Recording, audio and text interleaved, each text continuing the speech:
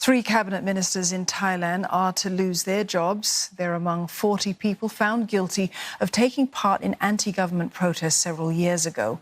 The demonstrations were aimed at changing the government of the then Prime Minister, Yingluck Shinawatra. The political chaos paved the way for the military coup of 2014. Saksith Sayasombat joins us live now from Bangkok for more. Saksith, what are the political implications of this verdict?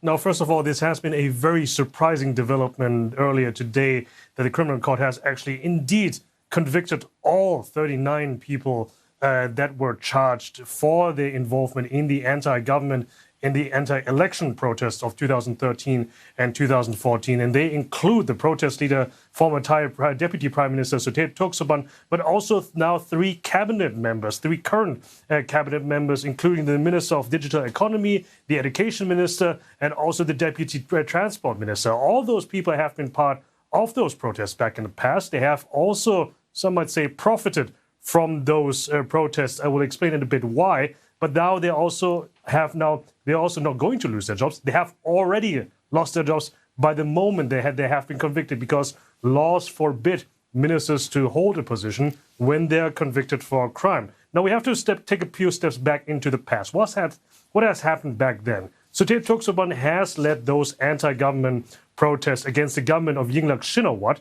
because initially of an anti-amnesty bill. But even though those have escalated further and further into not only an anti-government protest, but also against the snap elections that the Yingluck government has called. Those protests have sabotaged the snap elections. And that's why, in essence, they are now being charged as well, because they have obstructed those elections, they have occupied government buildings, but they are not being convicted for treason, even though their actions for months and months have caused the military coup. They have caused a political vacuum that has the military coup, that has caused the military to step in and take over powers in 2014.